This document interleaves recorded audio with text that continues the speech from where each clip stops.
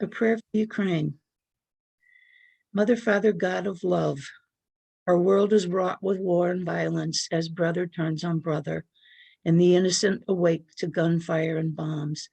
May your compassion and healing move hearts and bring a new day to Ukraine. Fortify your children to resist aggression and instead become instruments of peace.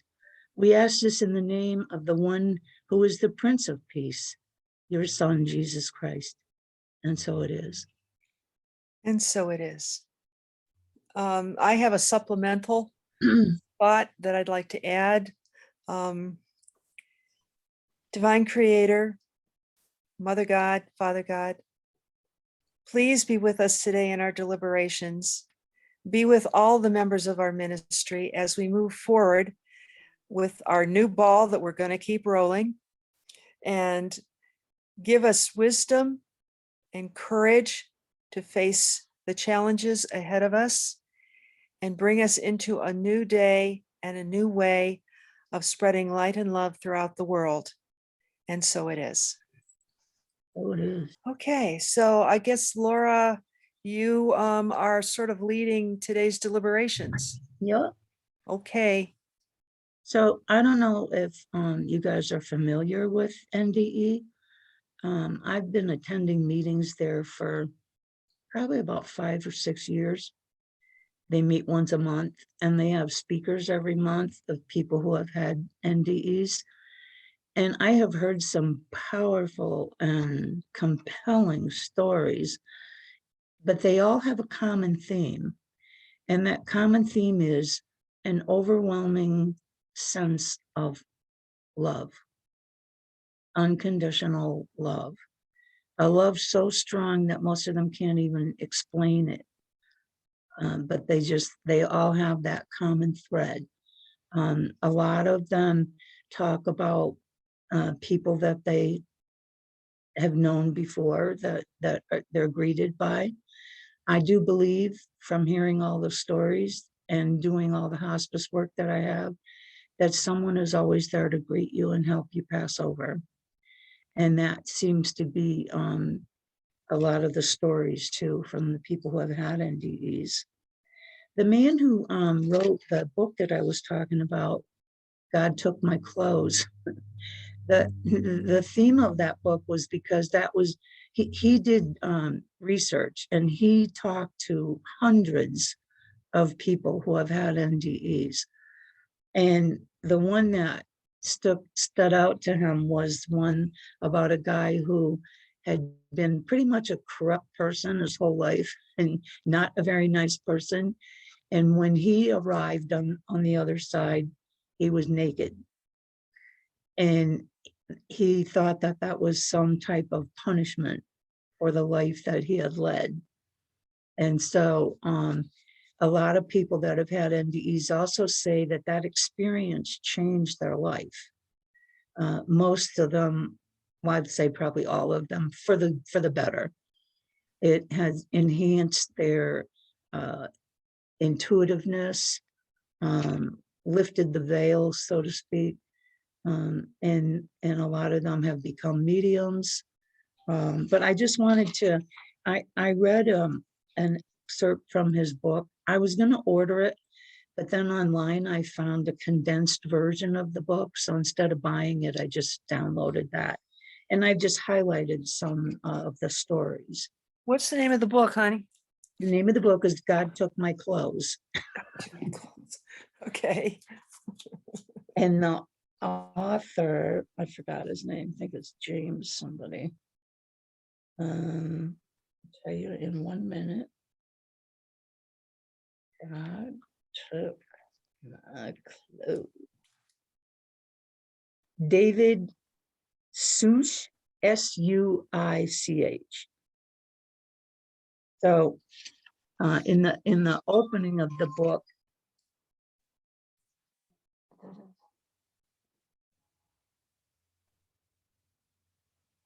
just wanted to see if it was Chris.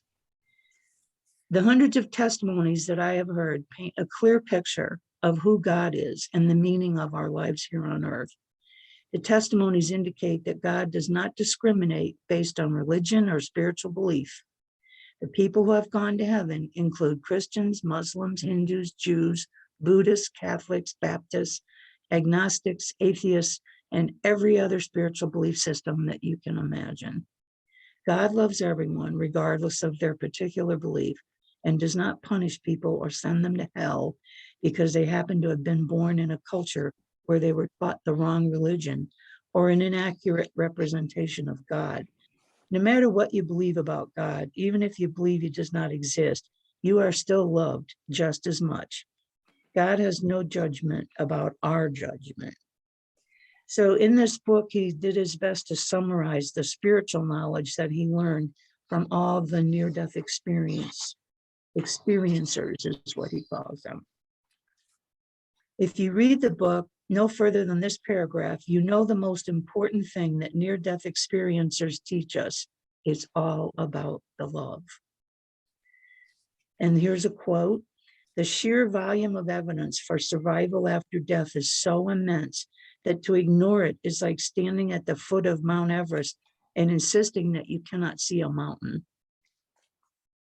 The book focuses on the dying experience, the life review, and the environments of both heaven and hell, and the many spiritual insights that near-death experiencers bring back with them. You can read the words on these pages attentively enough, but what they cannot convey are the expressions of sincerity on the faces of near-death experiencers as they recount their stories. A book cannot show the tears in the eyes of people as they describe the beauty and the blissful joy of heaven, nor do painted words convey the frustration people have while trying to describe the experience from the perspective of the physical realm. Their experiences cannot be described in terms of human language or common experience. So a lot of people argue that near-death experiences are nothing more than hallucinations, but all the people that I've heard tell their stories were very sincere and very profoundly changed by that experience. Most of them returned to Earth as entirely different people. They're much more loving, they're less materialistic, and they're more focused on meaningful relationships and serving humanity. Some return with enhanced empathetic or psychic abilities. There's been more than one occasion where a person that he interviewed told secrets that he had never revealed to anybody else. So a few examples are people that were blind from birth describe seeing for the first time and can describe the colors of the hospital rooms and the workers' clothing. Young children meet great-grandparents in heaven and then later identify them from pictures of when their great-grandparents were young. Old age seems to be non-existent in heaven, and that people who have met their relatives that have passed before them appear at a younger age, usually at their best self is what they say. So it's usually like around, I'd probably say 30s, anywhere in their 30s, 20s, 30s, 40s, I would say. But that's how they appear. Some people meet a brother or a sister that they never knew they had. And upon returning to Earth and questioning their parents, they find that parents had a child that died at birth, or the mother had a miscarriage or an abortion. I have to say that in my shaman experience, I did a soul retrieval, it's called. And I actually, just to this point, I had an abortion when I was young, and it was a set of circumstances that I would do the same thing over again if I had to make that choice again. And I'm not ashamed of that at all. But in that soul retrieval, I met that child. And that child she saw this child in a room with balloons and confetti and birthday cake. But the child was sitting on a stool in the middle of the room crying because she never had that birth. That was very interesting. But anyway, so let's see. I just highlighted a few spots here. People have died in various ways: car accidents, surgeries gone wrong, heart attacks, shootings, plane crashes, suicides, stabbings, drug overdoses, drownings, and even a few that were struck by lightning. Death is not the end. It is only walking out of the physical form and into a freer life in a spiritual realm, which is our true home. When we die and our spirit leaves our body, we find ourselves in our spiritual body in the spiritual world. We are the exact opposite of a ghost. People report feeling more alive and more real than they ever did in the physical realm. It's almost like waking up from a dream. When you're dreaming, you believe that your dream world is real. It's only when you wake up that you realize how unreal the dream was. Other people seem to be very aware of the moment that their spirit leaves their body, especially in cases of a slow death from prolonged illness. They report that their spirit coming out of their body through their head or chest area, often reporting a feeling in their limbs of bone-chilling cold, more intense than any cold they'd ever experienced. The cold usually begins at the feet and creeps up through their upper body. And I have experienced that doing hospice Reiki on people that were transitioning. It starts at the feet, and the feet are very cold, and then it moves up the body. Those who were physically suffering are very relieved to rid themselves of their ailing bodies, and they find themselves pain-free and are overjoyed to be young and healthy again. Others describe the sensation of leaving their physical bodies as a liberating feeling, like taking off an old, heavy, restrictive winter coat. In some cases that would otherwise cause severe trauma, such as dying in a horrible car accident or burning to death in a fire, the spirit leaves or is removed from the body just prior to the moment of death. In these cases, it is common that that person reports an angel or a spiritual entity being the instrument of removal from the body. A friend of mine who had a near-death experience, it was a car accident. He was driving down the road. It was in the winter time, and the road was very slippery. And he saw a car coming from the other direction, and it was coming right at him. And he left his body and hovered above and watched the accident happen, but did not feel a thing. And after the accident had stopped, the cars had stopped, he was slammed back into his body. I find that very interesting and very comforting in a way. One near-death experience did not even involve a death. A little girl described a woman or a guardian angel who came to her and removed her spirit from her body just before she was raped. The little girl was given a tour of heaven and then returned to her body after the incident was over, thus being spared the psychological trauma that the event would have otherwise caused. Some people try communicating with those in the physical world, wanting to reassure their loved ones that they are alive and well and not to worry, but they soon discover that no one can hear or see them. This is not because they lack substance, but rather that we in the physical world have a veil that prevents us from seeing into the spiritual world. They can see through walls, hear the thoughts, and feel the emotions of people around them, and they can pass through solid objects and float through the air with ease. It's quite common for people who died during a surgery to be able to look down at their very own body and observe the operation in progress. Hey, there she is. You made it. Yay. So, as they hear the thoughts and feel the emotions of the surgeons and the nurses, who are usually in a state of panic and stress, the near-death experiencer is typically calm and often does not understand why everyone is so upset. So a lot of people have talked about the tunnel with the light at the end. And this is a story from a cancer surgery. I felt something and I heard some noise in the back, and I turned around what it was. There was a light. There was this little white light out there, and I was going towards it, or it was coming towards me. I'm not quite sure, but we were getting closer. I could hear people singing, and the light kept getting closer, and it was warm. I don't know how to describe it.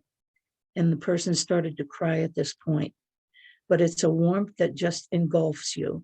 It's a light of such peace and such love. And as you get closer, it just wraps all the way around you. It just felt like somebody's arms were around me, holding me. Everything about it was just perfect. In each near-death experience, it's uniquely different because heaven creates an environment to make the individual feel comfortable. For example, a person who is unusually fond of nature might be brought into one of the most amazing, beautiful gardens so that they feel safe and loved. Others are greeted or guided by loved ones who died before them. Angels have been known to appear to people in the form of a classic angel with wings and halo, but they do this only for our benefit, to make the person feel comfortable. To others who have no perception of what angels look like, they often appear in their natural form as a beautiful, radiant being of light and love.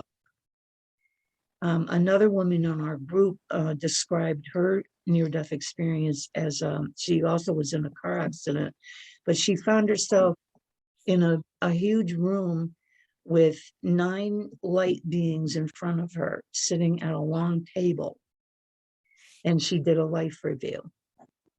And she actually, I don't know if you might know her, Sally, or heard of her. Her name is Tina Angeli. Yeah, She's I've quite heard well of her. known in spiritual circles. And she did a painting of those 9 beings at Oh, this long table. She actually did a painting of that. She also has a huge labyrinth in northern Connecticut, that a lot of people visit quite frequently. Anyway, so the incredible lengths that those in heaven go through just to make us feel at ease are heartwarming and touching. But even the variety of atmospheres and scenarios are different. Many near-death experiences have common elements, though. The length of each experience can vary. The shortest ones consisting of a person coming out of their body, observing themselves from above, and then being drawn back into it to avoid trauma. Other near-death experiences involve extensive visits to heaven that seem to last an eternity. Several people were taken on tours of the universe, and one woman was even taken back to the beginning of time before the universe was created. For those who go to heaven, the experience can begin in a dark and peaceful place, or at some point they notice a light, usually just a pinpoint at first. Some people are alone, while others are met by a loved one or spiritual being to travel with them through that dark tunnel towards the light. The person is drawn towards the light like a magnet and moves very fast, many describing their speed as faster than light. And when they arrive in the light, they describe the light as being 10,000 times brighter than the sun, but not at all painful or harmful to the eyes. And being in the light, they report that overwhelming feeling of love, so powerful and so profound that even the word love is completely inadequate to describe it. I remember this guy came from Boston one time, and he was the speaker, and his story was very similar to this. He found himself in a field of flowers, and he talked about this overwhelming feeling of love, and he started to tear actually, and his voice was cracking as he was speaking of it. And he talked about being led to a large round table that all his relatives that had passed before him were all sitting at the table, and he found that very, very comforting. One person said, imagine the 100 happiest moments of your life and put them all into one instant. and you still don't come close to the feeling. Oh, Think of when near-death experiencers recount being in God's light and feeling the profound ecstasy of his love, many begin to cry. Even battle-hardened soldiers.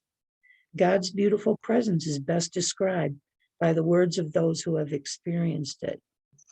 And this is a story of Mickey from a plane crash. I'm standing in the very presence of Almighty God. Instantly, I knew I would never die for eternity. I was more alive than I could imagine. This was the height of the experience of life. It filled up with life, and somehow I knew that this being was going to take care of me forever. It's the most joyful, most blissful experience you could ever imagine. And this is from a drowning victim. The light is so warm and so glowing and so forgiving. It had no judgment, no condemnation, no blaming, no shame. There was nothing but love and acceptance. The light knew everything I ever thought, did, and will do. The light knew me and called me by my name. The light said to me, Andy, we love you. And in back of the light were billions and billions of other lights, and they all knew me. And they all said in a giant chorus, welcome home, Andy. And here's another one from a motorcycle accident, a woman. And there before me was the living presence of the being of light. The being was all knowing. It knew everything that was going to happen and will happen, and the reasons behind it. There was a perfect justice. It contained all the things that ever were, are, or will be, and it was loving me. It was pouring out this unconditional love at me. I figured this had to be God because this was just beyond words and perfect in every possible sense. And this is Charles from a heart attack. This light surrounded me and took care of me, and I've never felt so good and so safe in my life. And this was someone struck by lightning. I came into this place of the most bright, beautiful, brilliant light conceivable. The light was so brilliant that it became part of me, and I became part of it, and I knew that I was safe. With another lightning, I suddenly became aware of the feeling of absolute love and absolute peace. It was like falling into a river of pure, positive energy. There's nothing I've ever experienced that is even close to this feeling. And I felt this absolute love, the most amazing experience of my lifetime. So those are just some of the examples. There was one about an Eskimo that was transported to an island that was tropical and warm because he grew up in Alaska. Another was a divine ecstasy and intoxication, as close as I can begin to translate into human words. I felt so comfortable, I didn't want to leave. And I asked for a reason why I should go back. Why do I have to go back there? And this being became very forceful and told me, showed me that I still have a task to do and that I can't come home right now. So those are just some of the experiences. And then he goes on in the book to talk about what he calls cleaning up. And it starts out with fear, with all of its negative emotional manifestations, does not exist in heaven. It's created by the human brain and ego. And as a result, there are no negative emotions in heaven, nor malice of any kind. And then he talks about the life review, that when you get to heaven, you do a life review of all the good things that you've done in your life and all the bad things that you've done in your life. And so when you return, you know what not to repeat. So he talks a lot about life review. And the purpose of the life review is it's a learning experience. You gain a great deal of knowledge and insight of how your behavior affected others. and how they felt in reaction to the person that you decided to be. And this knowledge is a tremendous benefit in helping you to learn about loving others unconditionally and using your interactions to encourage and uplift your fellow man. It's an incredibly useful learning tool. I found that very interesting also. And this is an interesting little short story. One near-death experiencer who had been a bully during his lifetime, he relived an incident when he was driving his car and got into an altercation with a pedestrian who illegally crossed the street in front of him. He ended up in a fist fight with the pedestrian, beating the man up and leaving him unconscious in the street. In his life review, he found himself in the same street again, raining blows upon his victim, but at the same time experiencing it from the victim's perspective. He felt every one of the blows. He felt his nose break and his teeth breaking. He remembered waking up later, injured and filled with pain. And he even experienced the embarrassment that his victim had about being beaten up in a fight. Another man during his life review relived an incident where he was in grade school and made fun of an unpopular girl that was overweight and unattractive. He experienced how his insults affected her and made her a more reclusive person afterwards. He felt all the emotional pain that he had caused her, and he remembered going home to her parents and not wanting to talk about the incident and crying alone in her bed. He felt the distress of the parents and their feeling of helplessness. So it really is a quite a learning experience. And I actually, when I sit there at those meetings and I hear these encounters, I almost wish I would have one because it sounds like such an interesting experience. And I remember when I had my heart attack, I didn't leave my body or anything, but I do remember a point where I was on a table. I don't remember from the ambulance ride up to the cath lab in the hospital. I don't remember that at all. But I do remember being in the cath lab on the table and them inserting something in my groin. And I felt it going all the way up to my heart as they were putting in a stent. I felt that going all the way up there. And it wasn't a painful feeling, but it was a very uncomfortable, extremely uncomfortable feeling. And I remember asking, how much longer? Are you done yet? When will that stop? And he said, the doctor said, we're almost there, we're almost there. And then I remember looking up at the ceiling and saying, God, if you want to take me now, it's okay. I'll just help them all from the other side. I remember that explicitly. And I remember when I was in the hospital for about 4 days and intensive care for 2 days because they couldn't stop the bleeding in my groin.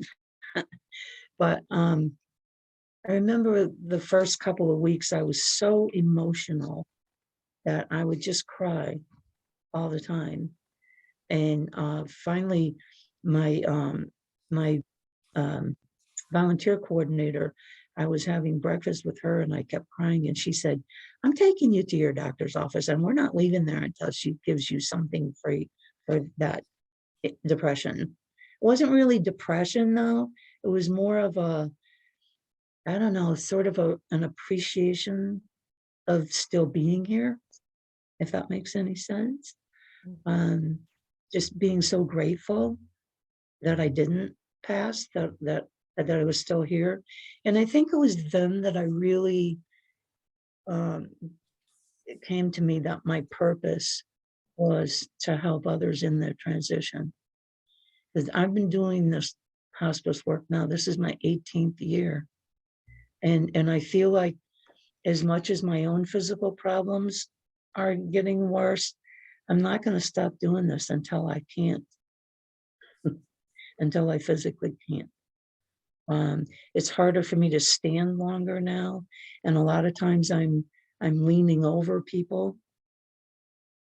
so it's really kind of hard on my back. But I usually ask for a chair now, and I sit, and I have them lay on the couch, or if they're in the bed, have them move all the way over to the side so I can sit in a chair and do Reiki.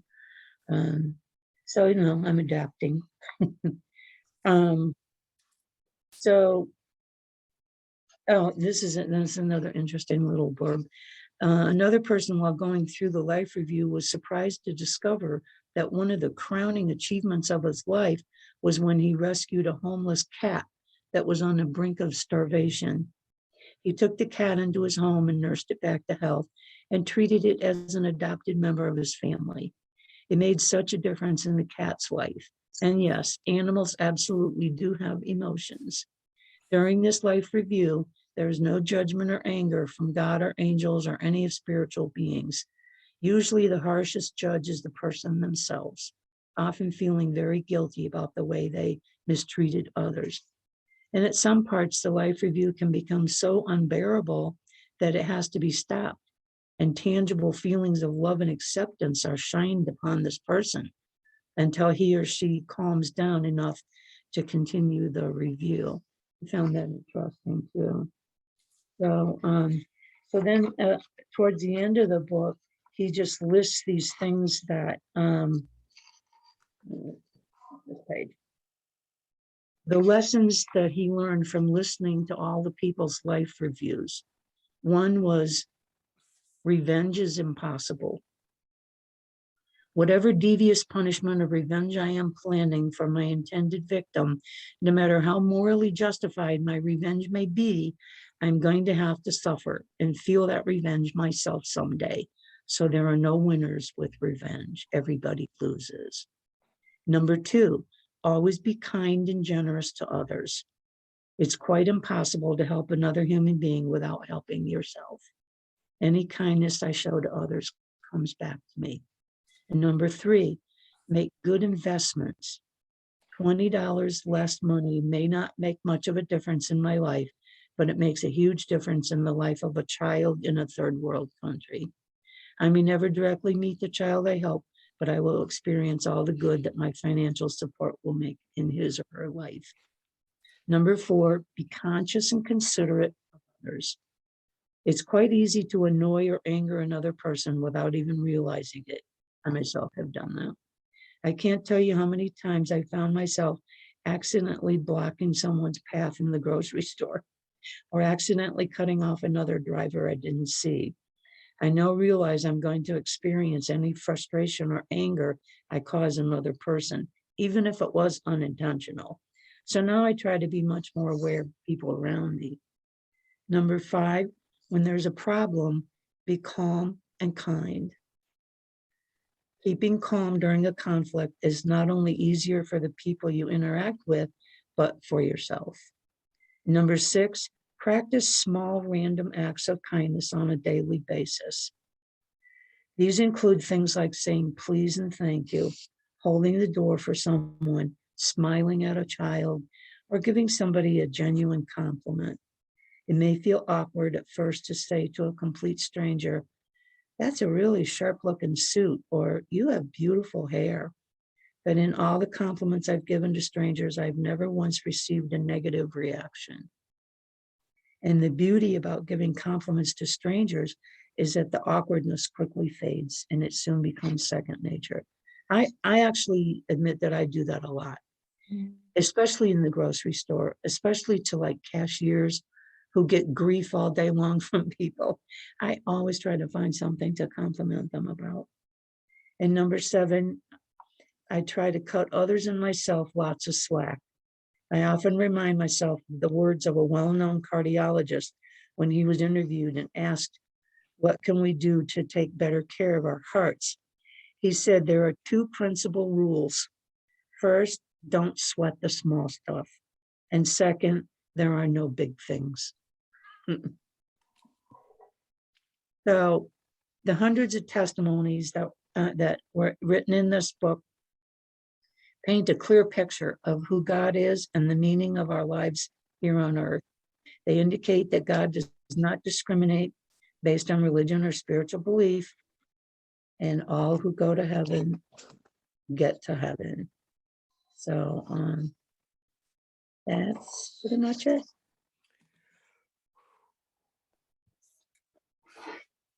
Thank you. Mhm. Thank you for sharing that. That's quite profound. It makes me so much less fearful of passing over. Yeah. I'm I almost just want to make sure the forward signal plane. I'm almost looking forward to it. For so many years, we're led to believe that heaven is going to be a matter of guilt and innocence, when it's not. A life review is, I read somewhere, they explained it, you see life through their eyes, and you Mhm. see how your actions affected them. And that's simple. And it's not to make you feel guilty. It's to make you feel empathy for what you might have put them through. Right. And you mentioned that it would be really cool to have a NDE. I think you came pretty close to one. If you had the profound emotions afterwards, those were all the descriptions. And I came to a place of surrender. Yeah, and Mm. it's and kind of believe that, and it makes you special, sort of thing. I could go on forever with this topic, and I mean, I was going into it thinking I don't know enough about it, but I mean, I was always taught that heaven is exactly what I want it to be. So when I arrive in heaven, it's going to look whole lot differently than what would be heaven to you. But it's something I've always looked forward to, and I know what I'd like. Now let's see whether or not it's there when I get there. But thank you for this chat. Yeah, I put some more You're research welcome. in the chat, which might give you some other ways to look at it. We've Yeah, also- we have Zoom meetings too with speakers. And one of the meetings was about a woman who had an experience through her husband who was dying. She actually experienced the same thing that he did. That was pretty interesting too. Wow. And what happens to your relationships after you've had that near-death experience? One person talked about that too, that a lot of people who have near-death experiences have to end relationships with people because of it. They see that now, that was toxic, or, wasn't good for them or whatever. But they've talked about that too.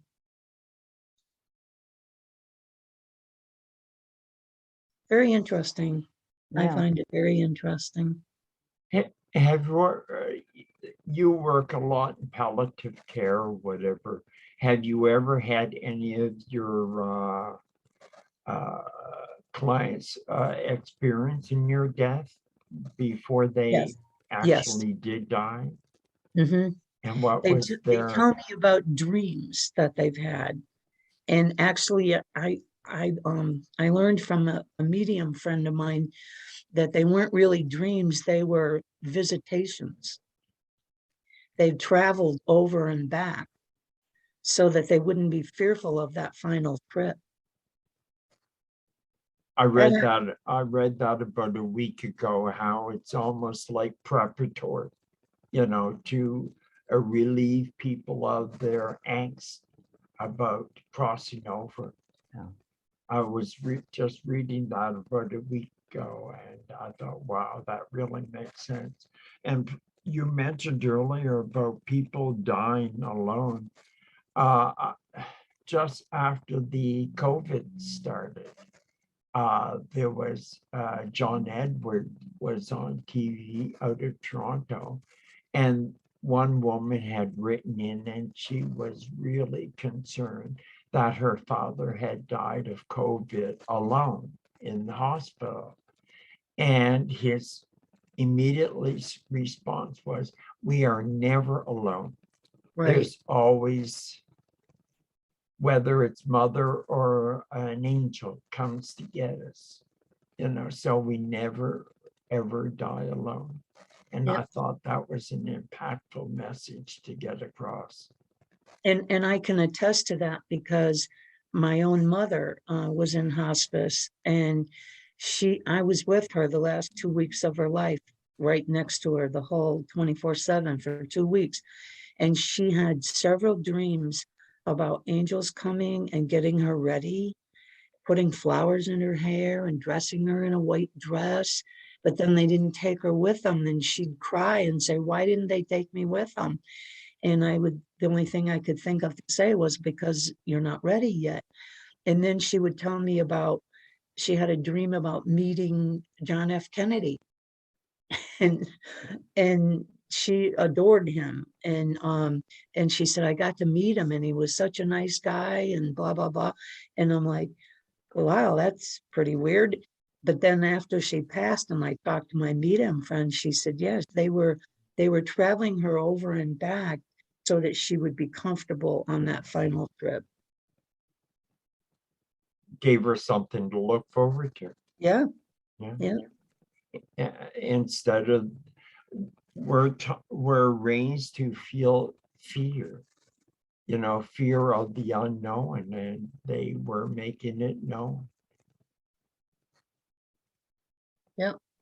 And another friend of mine that was dying of cancer, a couple of days before she passed, she told me that she saw her father in the curtains of her room, her hospital room, saw her father.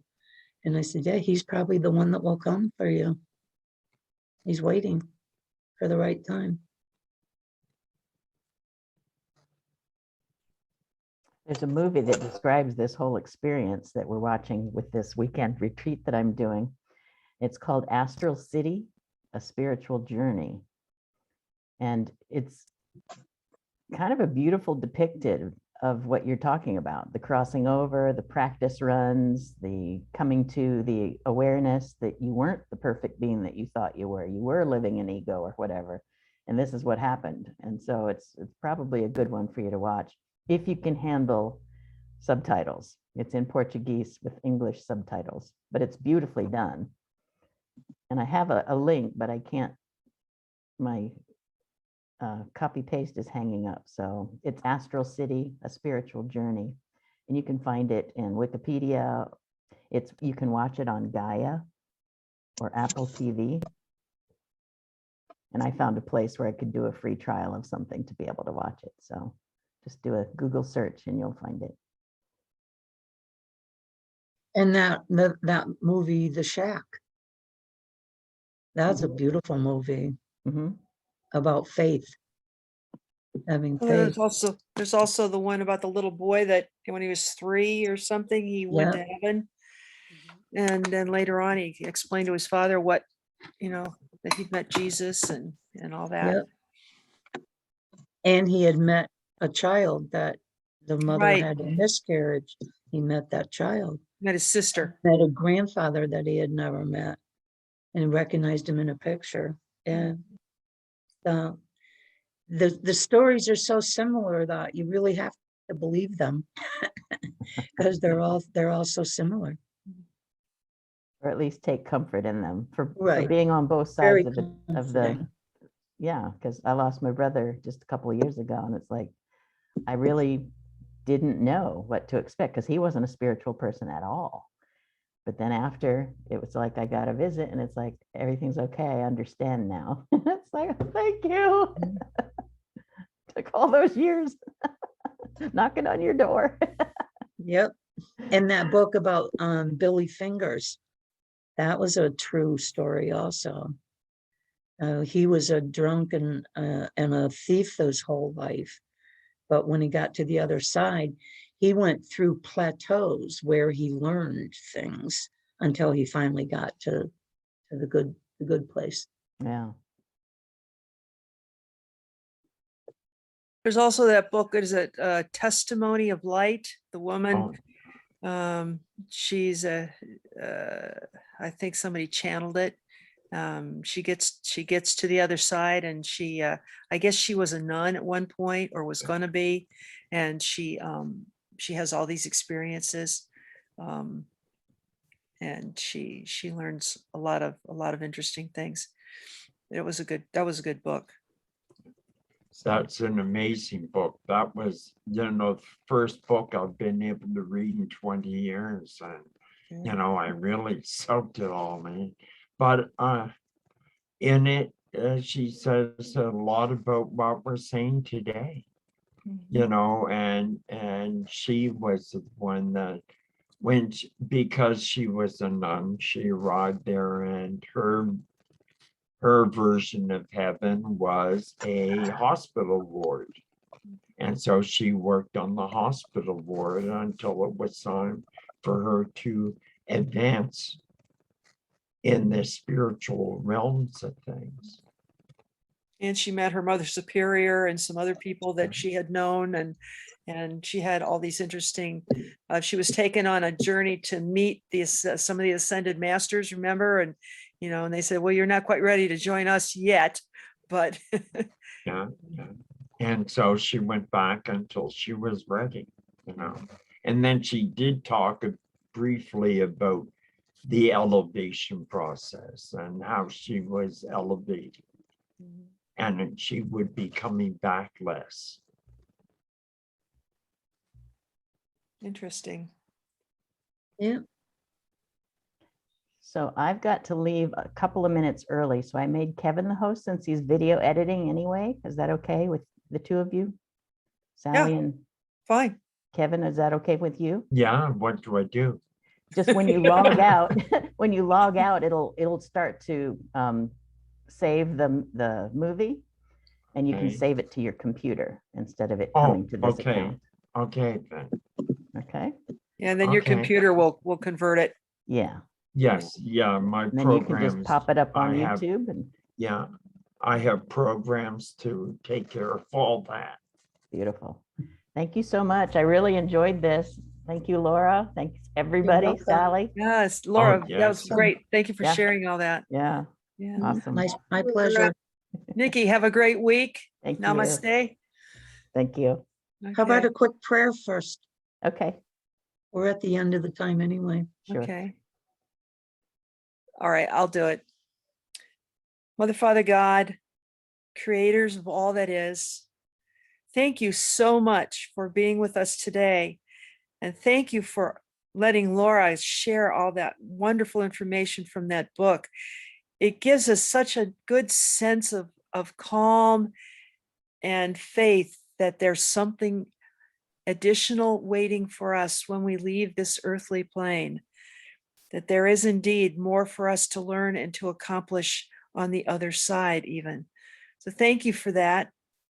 And thank you for your love and your support, and help us to take our love and our light out into the world this week and do your work.